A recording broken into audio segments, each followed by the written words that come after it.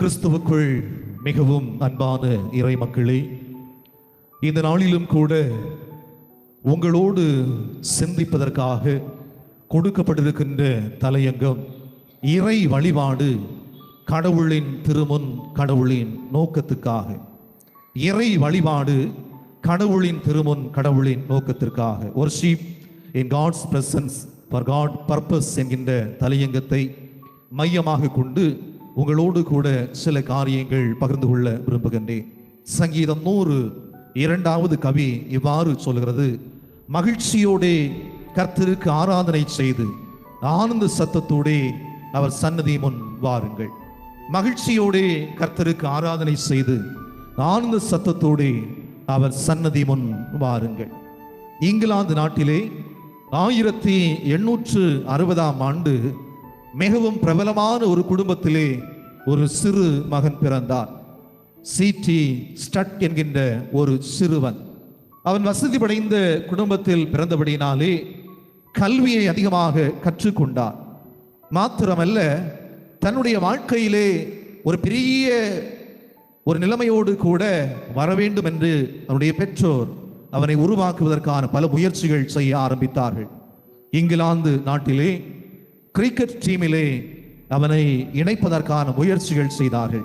நண்பர்களே, 1890 காலகட்டங்களிலே இங்கிலாந்து நாட்டினுடைய மிகவும் பிரசித்தி பெற்ற நட்சத்திர போட்டியாளராக ஜொலித்தவராய் இந்த C.T. ஸ்டட் என்கின்ற மனிதன் செயல்பட்டார். ஒரு நாள் ஆலயத்தினுடைய வழிபாடிலே கலந்து கொண்டார். அப்பொழுது கலந்து கொள்ளுகின்ற போது அன்று போதகர் ஏசாயா தீர்க்கதரிசி 6ஆம் அதிகாரம் 7 மற்றும் 8வது வசனங்களை அங்கு இருக்கின்ற மக்களுக்கு உபதேசம் செய்வதற்கு முற்பட ஆரம்பித்தார். யாரை அனுப்புவேன், யார் எனது காரியமாய் போவார்கள் என்று சொல்லுகிற செய்தியை போதகர் பேச ஆரம்பித்தார். அந்த போதகருடைய அருளுரையை கேட்ட C.T. ஸ்டட் என்கின்ற கிரிக்கெட் வீரன், ஆண்டவரே, இந்த வழிபாட்டில் உம்முடைய திருமுன் உம்முடைய நோக்கத்திற்காக என்னை அழைக்கிறீர் என்று சொல்லி சீன தேசத்துக்கு நேராக நான் ஒரு மிஷனரியாக கடந்து செல்வேன் என்று சொல்லி அவர் அதற்கான முயற்சிகளை செய்ய ஆரம்பித்தார். இங்கிலாந்து கவர்மெண்ட் அவரை அழைத்து அவரிடத்திலே சொன்னது: உலகம் உன்னை ஒரு புகழ்பெற்ற கிரிக்கெட் வீரனாக பார்க்க விரும்புகிறது. உலகம் உன்னை ஒரு சிறந்த இங்கிலாந்தினுடைய நட்சத்திர கிரிக்கெட் வீரனாக பார்க்க விரும்புகிறது. நீ ஏன் இப்படிப்பட்ட காரியத்தை செய்ய விரும்புகிறாய் என்று சொல்லி கேட்டபோது, இறை வழிபாடில் நம்முடைய திரு சமூகத்துக்கு முன்பதாக இறையவர் என்னை நோக்கத்திற்காக படைத்திருக்கிறார். இந்த உலகம் என்பது தற்காலிகமான உலகம். இந்த உலகத்தில் வாழுகின்ற மக்கள் அனைவரும் ஒரு குறுகிய காலகட்டத்திலே வாழ்வார்கள், கடந்து செல்வார்கள். கடவுளுக்காக எதை செய்வோம் என்று சொல்கிற கேள்வி எழுப்பப்படுகிறது. எனவே நான் கடவுளுக்காக செயல்பட வேண்டும் என்று சொல்கிற காரியத்தை நிறைவேற்ற வேண்டும் என்று சொல்லி சீன தேசத்துக்கு நேராக கடந்து சென்று மிஷனரியாக செயல்பட்டார் என்று சொல்லி உலக சரித்திரம் சொல்லுகிறது. அன்புக்குரியவரே, வழிபாடு என்பதற்கு எபிரேயத்திலே கிரேக்கத்திலே பயன்படுத்தப்பட்டிருக்கின்ற வார்த்தையினுடைய விளக்கம் என்னவென்றால், முகம் குப்புற விழுதல், தாழ விழுதல், தொண்டு செய்தல், சேவித்தல், முத்தமிடுதல், பணிதல், வணக்கம் செய்தல் என்கின்ற பலவிதமான வார்த்தையினுடைய விளக்கங்கள் சொல்லப்பட்டு இருக்கிறது. ஆதி பெற்றோர் காலத்தில் துவங்கிய வழிபாடு முறையானது மோசே காலத்திலே அது வடிவம் பெற்றது. இயேசு கிறிஸ்துவினுடைய காலத்தில் அதனுடைய உண்மை நிலைமையை அடைந்தது என்பதை நாம் திருமறையின் வழியாக அறிந்திருக்கிறோம். இறை வழிபாடு என்பது கடவுளுடைய எல்லையற்ற அன்பை உணர்ந்து அவரை போற்றுவதற்கும் அவரை முக்கியத்துவப்படுத்துவதற்குமான உரிய செயலாக அது அமைந்திருக்கிறது. உலகத்திலே 195 நாடுகள் இருக்கிறது என்று சொல்கிற குறிப்பு இருக்கிறது. ஒருவேளை சில ஆய்வுகளினுடைய முடிவுகள் சொல்கிறது 197 நாடுகள் என்று சொல்கிற குறிப்புகள் சொல்லப்படுகிறது. உலகத்திலே 4000க்கும் அதிகமான சமயங்கள் இருக்கிறது. சில ஆய்வு முடிவுகள் சொல்கிறது அது 1000 சமயங்களாக இருக்கக்கூடும் என்று சொல்கிற முடிவுகளும் சொல்லப்படுகிறது. எல்லா சமயங்களுடைய ஆணி வேராக அடித்தளமாக வழிபாடுகளை வைத்திருக்கிறார்கள். சங்கீதம் 96:9 சொல்கிறது: பரிசுத்த அலங்காரத்துடனே கர்த்தரை தொழுது கொள்ளுங்கள், பூலகத்தாரே நீங்கள் யாவரும் அவருக்கு என்பதாக நடுங்குங்கள். பரிசுத்த அலங்காரத்துடனே கர்த்தரை தொழுது கொள்ளுங்கள், பூலகத்தாரே நீங்கள் யாவரும் அவருக்கு முன்பதாக நடுங்குங்கள். கடவுளுடைய வழிபாடு என்பது ஒரு பெரிய அச்ச உணர்வை, பய உணர்வை ஏற்படுத்துகின்றதாய் இருக்க வேண்டும் என்று ஆலயங்கள் அவைகளை மறந்து விட்டது. எனவே தான் இறையியலாளர் டோசர் என்கின்ற மனிதன் தன்னுடைய எழுத்துக்களில் சொன்னார், திருச்சபையில் இன்று உண்மையான வழிபாடு இல்லை என்பதை சொன்னார். இந்த உலகத்திலே இருக்கின்ற வழிபாடுகள் இன்று உணர்ச்சியையும் உற்சாகத்தையும் ஏற்படுத்துவதாக இருக்கின்றது. நுகர்வு கலாச்சாரத்தை உருவாக்குவதாக இருக்கின்றது. கடவுளுக்காய் உண்மையாக வழிபடுகின்ற அனுபவம் இல்லை. ஆர்ப்பாட்டம், ஆரவாரம் இன்னும் அலங்கார தொழுகைகளாக மாறிவிட்டது. ஆலயத்திற்குள் இருக்கின்ற போது புனிதர்களைப் போல காட்சியளிக்கிறார்கள். ஆனால் வெளியே சென்றால் வாழ்வினுடைய விதங்கள் வேறுபட்டதாக இருக்கிறது. மார்ட்டின் லூதர் தன்னுடைய எழுத்துக்களில் சொல்லுகிறார், வழிபாடு என்பது கிறிஸ்தவ வாழ்வினுடைய சுவாசம் என்று சொல்லுகிறார். வழிபாடு, வொர்ஷிப் என்பது மனிதனுடைய வாழ்க்கையினுடைய சுவாசமாய் இருக்கின்றது. ஒவ்வொரு வழிபாடும் இறைவனுக்கும் மனிதனுக்கும் இடையேயான ஒரு பெரிய உடன்படிக்கையை ஏற்படுத்துகிறதாய் இருக்கிறது. ரோமர் 12ஆம் அதிகாரம் 1வது வசனத்திலே பவுலடியார் இதைத்தான் சொல்கிறார், சகோதரரே, உங்கள் சரீரங்களை ஜீவனுள்ள பரிசுத்த தேவனுக்கு பிரியமான ஜீவ பலியாக ஒப்பு கொடுப்பதே புத்தியுள்ள ஆராதனை. தேவனுக்கு சுகந்த பலியாக ஒப்பு கொடுப்பதே புத்தியுள்ள ஆராதனை. கிறிஸ்துவை மையப்படுத்த வேண்டிய தொழுகை இன்று ரசிக பெருமக்களை கூட்டுகின்ற கூட்டத்திற்குள்ளாக சென்று விட்டது. கிறிஸ்துதான் மையம். தொழுகையினுடைய நிலைமையில் வழிபாடிலே கிறிஸ்துதான் தலையங்கம். ஆனால் இந்த நாடக கச்சேரியை போன்று, இந்த தியேட்டருக்குள்ளாக நடைபெறுகிற நிகழ்வுகளை போன்று இந்த உலகத்தில் கிறிஸ்தவ வழிபாடுகள் மாறிக்கொண்டிருக்கிறது என்பதை நாம் உணர வேண்டும். இவைகளை மனித உலகங்கள் இவைகளுக்கு பின்பதாக கடந்து செல்கிறது. உண்மையை மறந்துவிட்டது. நுகர்வு கலாச்சாரங்களுக்குள்ளாக மனித உலகங்கள் சென்று கொண்டிருப்பதை நாம் காண முடியும். நாம் திருமறையிலே படித்த பகுதி சார்ந்து 3 காரியங்களை வெகு விரைவாக உங்களோடு கூட பகிர்ந்து கொள்ள விரும்புகின்றேன். முதல் சிந்தனை, இறை வழிபாடு நம்மில் மாற்றத்தை ஏற்படுத்த வேண்டும். இறை வழிபாடு என்பது நம் வாழ்க்கையிலே மாற்றத்தை ஏற்படுத்த வேண்டும். ஏசாயா தீர்க்கதரிசியுடைய புஸ்தகம் 6ஆம் அதிகாரம் 1 முதல் 8 முடியுள்ள வசனங்களை நாம் பாடமாக படித்தோம். ஜான் வெஸ்லி இவ்வாறு சொல்லுகிறார், ஒவ்வொரு வழிபாடும் மனிதனுடைய வாழ்க்கையில் பெரிய மாற்றத்தை ஏற்படுத்த வேண்டும் என்று சொல்லி தன்னுடைய குறிப்புகளில் சொல்லுகிறார். வழிபாடு என்பது ஒரு சடங்கு அல்ல, மனித வாழ்வை புதுப்பிக்கின்ற அனுபவமாக இருக்க வேண்டும். ஏசாயா 6ஆம் அதிகாரம் 1வது வசனத்துடைய துவக்கத்தில் இவ்வாறு எழுதப்பட்டிருக்கிறது, உசியா ராஜா மரணம் அடைந்த வருஷம் என்று சொல்லி வரலாற்று பின்னணியும் எழுதப்பட்டிருக்கிறது. யார் இந்த உசியா? எதற்காக உசியா ராஜாவை இதை ஏசாயா 6ஆம் அதிகாரத்தில் நினைப்பூட்ட வேண்டும் என்பதை நாம் திறனாய்வு செய்வதற்கும் வரலாற்றினுடைய பின்னணியத்திலிருந்து இந்த பகுதியை நாம் கற்றுக்கொள்வதற்கும் அழைக்கப்பட்டு இருக்கிறோம். உசியா 16வது வயதிலே அரசனாக, யூதாவினுடைய அரசனாக பொறுப்பேற்றார். 52 ஆண்டு காலம் அரசாட்சி செய்தார். 2 நாளாகவும் 26ஆம் அதிகாரம் 4வது வசனம் சொல்லுது, கடவுளின் பார்வையில் நேர்மையும் செம்மையுமாய் நடந்த ஒரு மனிதன். கடவுளுடைய பார்வையில் நேர்மையும் உண்மையுமாய் செம்மையுமாய் நடந்த ஒரு அரசன். 26ஆம் அதிகாரம் 5ஆம் வசனம் சொல்கிறது, அவன் கடவுளை தேடினான், கடவுளுக்கு முக்கியத்துவம் கொடுத்தான். ஆரம்ப நாட்களிலே அவன் கடவுளை தேடினான், கடவுளுக்கு முக்கியத்துவம் கொடுத்தான். தொடர்ந்து படிப்போம் என்று சொன்னால் பல வெற்றிகளை பெற்றான். வலுவான போர் படை வீரர்களை வைத்திருந்தான், ஆயுதங்கள் எல்லாவற்றையும் வைத்திருந்தான். ஆனால் அவனுடைய ஆட்சி முறை உலக வரலாற்றிலே புகழ்பெற்றதாக இருந்ததாக 15வது வசனம் சொல்கிறது. என்ன நடந்தது இந்த உசியாவுக்கு என்று சொல்லி கேட்டால் 26ஆம் அதிகாரம் 16வது வசனத்தை ஒருவர் படியுங்கள். அவன் பலப்பட்ட போது தனக்கு கேடு உண்டாக்க மட்டும் அவனுடைய மனம் மேட்டிமையாகி தன் தேவனாகிய கர்த்தருக்கு விரோதமாக மீறுதல் செய்து கர்த்தருடைய பலிபீடத்தின் மேல் தூபம் காட்ட கர்த்தருடைய ஆலயத்தில் பிரவேசித்தார். எத்தனை நல்ல காரியங்கள் செய்த ஒரு அரசன், 16வது வயதிலே பொறுப்பை ஏற்றவன். அவன் பலப்பட்ட போது அவன் பலப்பட்ட போது, அவன் ஆரோக்கியம் நிறைந்திருக்கும் அனுபவத்திற்குள்ளாக மாறப்பட்ட போது, தனக்கு கேடு உண்டாக்கு மட்டும் அவனுடைய மனம் மேட்டிமையாகியது. அவன் அகங்கார குணமுள்ளவனாக மாறினான். அவனுடைய நெஞ்சுக்குள்ளாக அகந்தை, மனமேட்டிமை வர ஆரம்பித்தது. தன் தேவனாகிய கர்த்தருக்கு விரோதமாக மீறுதல் செய்து கர்த்தருடைய பலிபீடத்தின் மேல் தூபம் காட்ட கர்த்தருடைய ஆலயத்திலே பிரவேசிக்க ஆரம்பித்தார். அரசன் என்ன பணிவிடைகள் செய்ய வேண்டுமோ அதைத்தான் அவன் செய்ய வேண்டும்.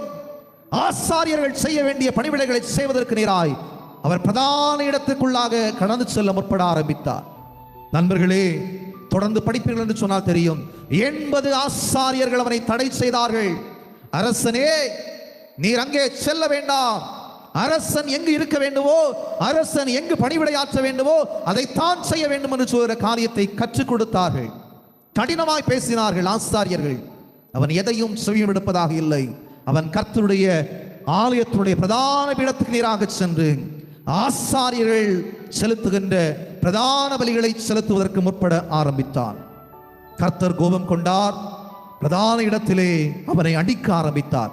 நெற்றியிலே குஷ்டரோகம் பற்ற ஆரம்பித்தது. அவன் சடுதியாய் அவன் மறிக்க ஆரம்பித்தான். அவன் பிதாக்களோடு கூட அடக்கம் செய்யப்படாத நிர்கதியற்ற நூலுக்குள்ளாய் தள்ளப்பட்டார். வேதத்தை படித்து பாருங்கள். இந்த பின்னணியத்திலிருந்துதான் ஏசாயா 6ஆம் அதிகாரத்தை நாம் கற்றுக்கொள்ள வேண்டும். அரசன் இல்லை, நாடு சின்னாபின்னமாக மாற்றப்பட்டது. துணிகரமான பாவங்களை மக்கள் செய்ய ஆரம்பித்தார்கள். பொருளாதார தடை வர ஆரம்பித்தது. அரசியல் பிரச்சனைகளை மாறியிருந்த அறிநிலை மாறியது. அசீரிய பேரரசு இவைகள் எல்லாவற்றையும் கவனித்துக் கொண்டே இருந்தது. அரசன் இல்லை. நாட்டின் மக்கள் தீமையான வழிபாடுகளுக்கு எதிராக கடந்து சென்று விட்டார்கள். வர்த்தகம் பாதிக்கப்பட்டு விட்டது. மக்கள் மனமோன போக்கிலே கடந்து செல்கிறார்கள். யாரும் அவர்களை கட்டுப்படுத்த முடியவில்லை. காரணம், அரசனே ஆலயத்தை கெடுப்பதற்கான காரியங்கள் செய்துவிட்டான். சக மக்கள் எப்படி இருப்பாங்க என்று சொல்கிற காரியங்கள் பரவலாக பேசப்பட்டு கொண்டே இருந்தது. இப்பொழுதுதான் ஏசாயா, ஒரு உயர்குடியை சார்ந்திருக்கிற ஒரு மனிதன், சில குறிப்புகள் சொல்லுகிறது, அவனும் கூட அரசு குடும்பத்தினுடைய பின்னணியத்தில் பிறந்தவர், அரண்மனையிலும் கூட செயல்பட்டிருக்கிற ஒரு மனிதனாக இருந்தார். இப்பொழுது அரசன் இல்லை, ஆலயத்திற்கு எதிராக கடந்து வருகின்றார். ஆலயத்துக்கு எதிராக கடந்து வருகின்ற போது உயரவும் உன்னதமான இடத்திலே சிங்காசனத்தில் ஆண்டவரை அவன் பார்க்க ஆரம்பிக்கின்றார். தன்னுடைய யூத நாட்டில் அரசன் இல்லை, ஆனால் சிங்காசனத்திலே சர்வ மகிமை புரிந்திருக்கின்ற கடவுள் அரசனாக வீற்றிருப்பதை பார்க்கிறார். அவருக்கு ஆலய புகையினால் நிறைந்திருக்கிறது. சேராபீன்கள் கடவுளை புகழ்ந்து பாடுகிறார்கள். ஐயோ அதமானே, அசத்த உதடுகள் நிறைந்த ஜனங்களின் மத்தியில் வாசம் செய்தவன் நான். அசுத்த உதடுகள் இருக்கின்ற ஜனங்கள் மத்தியில் வாசம் செய்கிறவன் நான். தன்னை ஒரு புனிதனாக காட்டிக்கொள்ளவில்லை. ஆலயத்திலே நிற்கின்ற போது, ஆண்டவரே நான் அசுத்தன், நான் அநியாயம் செய்திருக்கிற ஒரு மனிதன், நான் தீமை செய்திருக்கின்ற மனிதன், நான் பரிசுத்தரை நான் பார்த்து விட்டேன், நான் அசுத்தன் என்கின்ற உணர்வு அவனுக்குள்ளாக வர ஆரம்பித்தது. நண்பர்களே, அரண்மனையிலே அநேக காரியங்கள் நடைபெற்றிருக்க கூடும். உயர்குடியை சார்ந்திருக்கிற மனுஷன் சில நேரங்களில் அநீதிகள் நடைபெறுகிற போது வாயை கூட துறக்காம நமக்கு என்னன்னு சொல்லி நினைச்சிருக்கலாம். நமக்கு என்ன, இந்த பிரச்சனையில் நம்ம ஈடுபட்டு என்ன செய்ய போறோம்னு சொல்லி நினைச்சிருக்கலாம். இப்போ ஒரு குரலை எடுத்துட்டு வந்து இந்த நாக்கு அதுல தொடுகின்ற நிலைமை. இந்த நாக்கு நிறைய நேரங்கள்ல தீமையான காரியங்களை பேசுவதாக இருக்கலாம். நல்லது அநீதிகள் நடைபெறுகிற போது வாய் இறுக்கி போட்டிட்டு நமக்கு என்னன்னு சொல்லி இருந்திருக்கலாம். நாக்கில் தொடுகிற நிலைமை. அவன் பரிசுத்தப்படுத்தப்பட்டார். யாரை நான் அனுப்புவேன்? யார் எனது காரியமாய் போவார்? ஐயோ நான் அதமானேன், நான் அசுத்த உதடுகள் மனுஷன் என்று சொல்கிறேன். அசுத்த உதடுகள் நிறைந்திருக்கிற ஜனங்கள் மத்தியில் வாசம் செய்கிறோம் என்று கர்த்தருடைய ராஜாவை கண் கண்டதே என்று சொல்லி தன்னுடைய வாழ்க்கையில் மாற்றம் பெற்ற போது தன்னுடைய அழைப்பை ஏற்று ஆண்டவருக்காய் தொடர்ந்து செயல்பட்டார். இந்த ஆலயத்துக்கு எதிராக நாம் கடந்து வந்திருக்கிறோம். இது ஒரு சடங்காக பார்க்கிறோமா?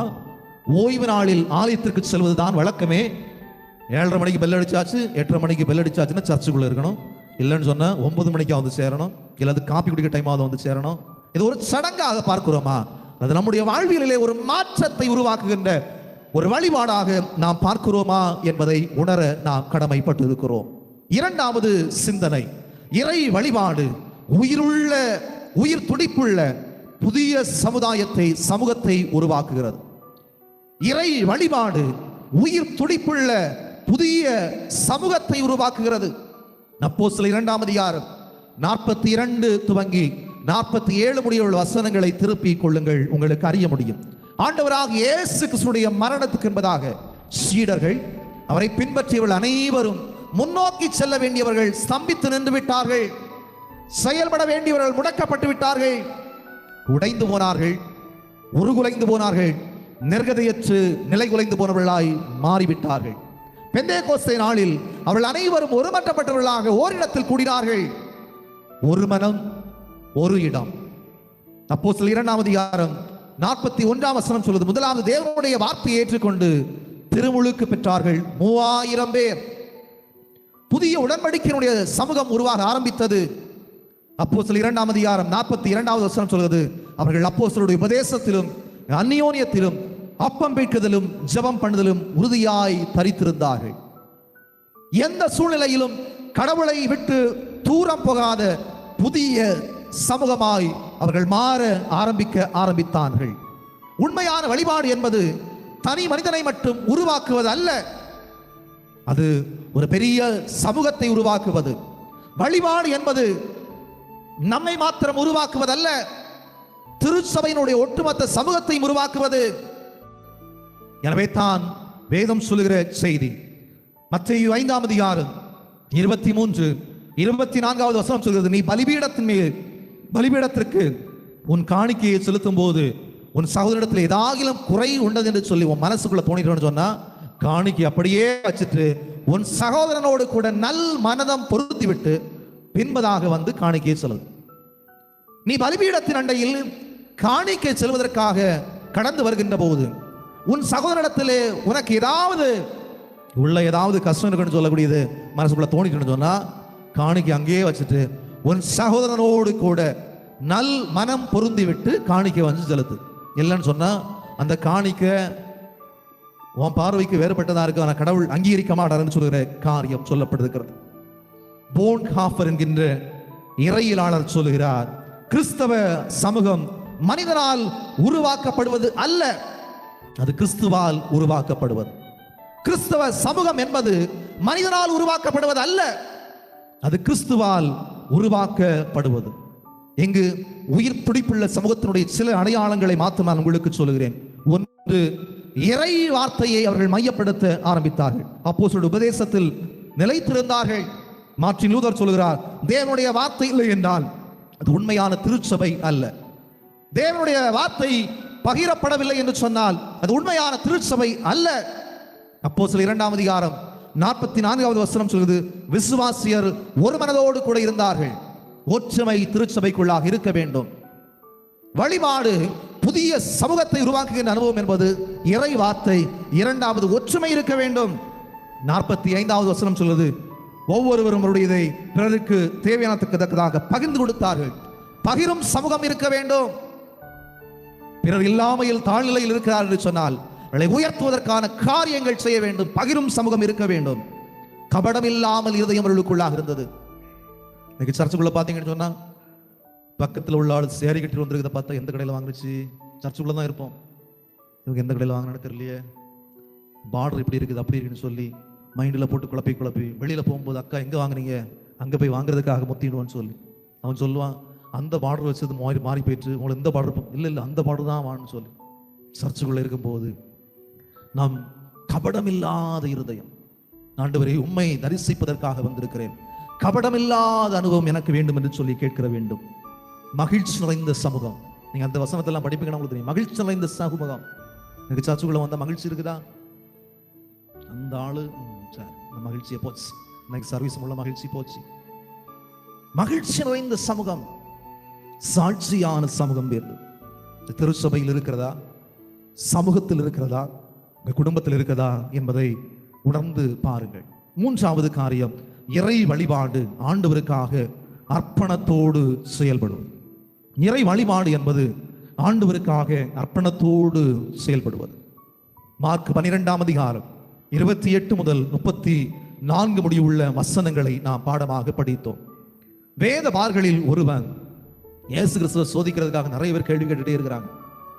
அப்ப பக்கத்துல ஒரு வேத பாரு ஒருவர் அவரை பார்த்துட்டு இயேசு கிறிஸ்துவிடல கேள்வி கேட்கணும்னு சொல்லி அவர் ஆசைப்படுறார். வேத பார்கள் எப்படிப்பட்டவர்கள் என்று சொன்னால், சட்ட திட்டங்களை முதன்மையாக பிடிக்கிறவர்கள், அதிகார பெருமை நிறைந்தவர்கள், வெள்ளி வேஷமாக காட்சி அளிக்கிறவர்கள், மோசையினுடைய 613 சட்டங்களை முதன்மையாக பிடித்துவிட்டு அதை பிடிச்சா போதும் மேல பெயரலாம் அப்படின்னு சொல்லக்கூடிய ஒரு எண்ணம் அவங்களுக்குள்ளாக இருந்தது. எப்பொழுதும் சட்டம்னு சொல்லி இருக்கக்கூடியவங்க. அப்போ இந்த வேத பாலகர்கள் இயேசு கிறிஸ்துவிடத்திலே வந்து கேட்கிறார். மத்தேயு மார்க் 12ஆம் அதிகாரம் 28வது வசனத்திலே கற்பனைகள் எல்லாம் பிரதான கற்பனை எது என்று சொல்ற கேள்வியை கேட்கிறார். இயேசு கிறிஸ்துவிடத்துல கேட்கிறாரு, கற்பனைகள் எல்லாம் பிரதான கற்பனை எது?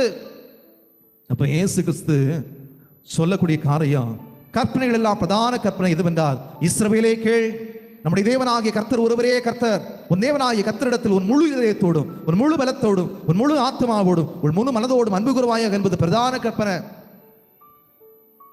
அதுதான் முக்கியமானதுன்னு சொல்லு. 2வது கற்பனை, உன்னிடத்தில் அன்பு கூறுவது போல நீ பிறனிடத்திலும் அன்பு கூறுவாயாக. இந்த 2 கற்பனை எல்லாம் முடிஞ்சு போகுன்னு சொல்லி 2 கற்பனையும் சொல்லுகின்ற செய்தி என்னவென்றால், நம்ம நேரம் மேல பார்க்கிற போது கடவுள்கிட்ட ரொம்ப அன்பா இருக்கணும். எல்லாருக்கும் தெரியும் கடவுள் என்ன எங்க இருக்கிறான்னு சொல்லி. ஒரு காலத்துல பழைய பாட்டில் கடவுள் மேல இருக்கிறார் அப்படின்னு சொல்லக்கூடிய ஒரு எண்ணம்.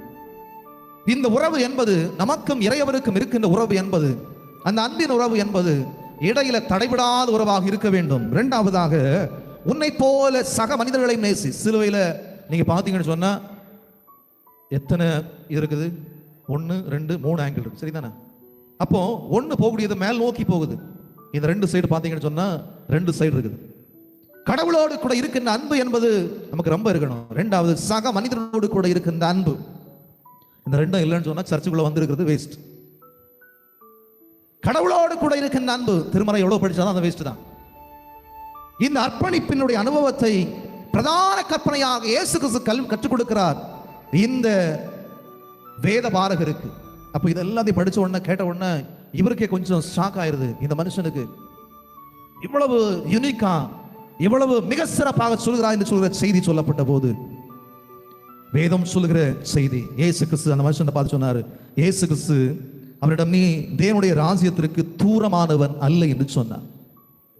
இதெல்லாம் அக்செப்ட் பண்ண உடனே, நீ தூரமானவன் அல்ல, நெருங்கி வந்து விட்டாய், நீ அர்ப்பணத்தோடு கூட இருக்கிற அனுபவத்தோடு கூட இருக்கிறாய் என்று சொல்கிற காரியத்தை சொன்னார். அன்புக்குரியோரே, இந்த இடத்துல நாம் வந்திருக்கிறோமே, இந்த ஆலயம் நம்மை அர்ப்பணத்தோடு கூட வாழ செய்திருக்கிறதா? ஒரு நாளாவது நம்மை மாற்றி இருக்கிறதா? நாம் செய்கின்ற செயல், ஆண்டவரே நான் உம்மோடு கூட இருக்கின்ற உறவிலே, சக மனிதர்களோடு கூட இருக்கின்ற உறவிலே கொஞ்சமாவது நான் மாறி இருக்கிறேனா? என் உடன்பிறப்புகளை நேசிக்கிறேனா? என்னோடு கூட சக மனிதர்களை நேசிக்கிறேனா? பைபிள் சொல்லக்கூடிய செய்தி கொரிந்தியரில் எழுதப்பட்டிருக்கிறது. நீங்க எவ்வளவுதான் என்ன கரைஞ்சதெல்லாம் தட்டுறது மாதிரி தான். வேற ஒண்ணுக்கு அன்பு உங்களிடத்தில் இல்லை என்றால் எல்லாம் வேஸ்ட்னு சொல்லக்கூடிய காரியம் எழுதப்பட்டிருக்கிறது. இந்த அர்ப்பணத்தை கடவுள் நம்மிடத்தில் எதிர்பார்க்கிறார். ஒரே ஒரு நிகழ்வை சொல்லி முடிக்கிறேன். டாக்டர் பில்லி கிரஹாம் அமெரிக்க தேசத்தினுடைய ஒரு மிகப்பெரிய சுவிசேஷகர், உலகமெங்கும் கடந்து சென்று ஆண்டவருடைய நற்செய்தி அறிவித்த ஒரு மனுஷன். அவர் அறிவித்துக் கொண்டிருக்கிற போது அமெரிக்க கவர்மெண்ட்டுக்கு டாக்டர் பில்லி கிரஹாமை அழைத்தார்கள். அமெரிக்காவில் 2 கட்சி இருக்கிறது. 2 கட்சியும் அழைச்சாங்க. அமெரிக்காவினுடைய அதிபராக நீங்க தான் இருக்கணும்னு சொல்லக்கூடிய காரியத்தை சொன்னாங்க. எந்த போட்டியும் இல்லை, உங்களை அமெரிக்காவினுடைய அதிபராக மாற்றுவதற்கான காரியங்களை நாங்கள் செய்ய இருக்கிறோம் என்று சொல்லுற காரியத்தை டாக்டர் பில்லி கிரஹாம் இடத்துல சொல்ல ஆரம்பித்தாங்க. அப்ப டாக்டர் பில்லி கிரஹாம் சொன்னாரு, என் ஆண்டவராக இயேசு கிறிஸ்து என்னை அழைத்ததனுடைய நோக்கமே அன்றைய பணிவிடைகள் செய்வதற்காக, உலகமெங்கும் வாழ்கின்ற மக்கள் இயேசு கிறிஸ்துவை ஏற்றுக்கொள்வதற்கும் சக மனிதர்களோடு கூட அன்பாக இருக்கின்ற காரியங்களை சொல்லிக் கொடுப்பதற்காக என்னை அழைத்திருக்கிறார். எனக்கு இந்த அமெரிக்க கவர்மெண்ட் தரக்கூடிய அதிபர்னு சொல்லக்கூடிய ஒரு பெரிய பதவி, உலகத்திலே பெரிய பதவி எனக்கு அவசியம் அல்ல. அதை விட பெரியது என் ஆண்டவராக இயேசு கிறிஸ்துவுக்கு ஊழியக்காரனாக இருக்கிறேன்னு சொல்லி அதை எல்லாவற்றையும் விட்டு ஆண்டவருக்காய் தன்னுடைய சுவிசேஷங்களை செய்தார் என்று சொல்லி வரலாற்று நூல்களில் நான் படித்துக் கொள்ள முடியும். நண்புக்குரியோரே, இந்த காலை வேளையில நான் உங்களுக்கு சொல்லுகின்ற செய்தி, இறை வழிபாடு நம்ம வாழ்க்கையில மாற்றத்தை உருவாக்கணும். புதிய சமூகம், இந்த திருச்சபையில் ஒரு புதிய சமூகத்தை உருவாக்க வேண்டும். அர்ப்பணம் நிறைந்திருக்கின்ற ஒரு அனுபவத்தை உருவாக்க வேண்டும். அப்படிப்பட்ட அனுபவத்தோடு கூட இறை வழிபாடு அமைந்திருக்கட்டும். கடவுள் தாமே இந்த இறைவார்த்தையின் வழியாக நம் அனைவரையும் நிறைவாக ஆசீர்வதிப்பாராக. ஆமென்.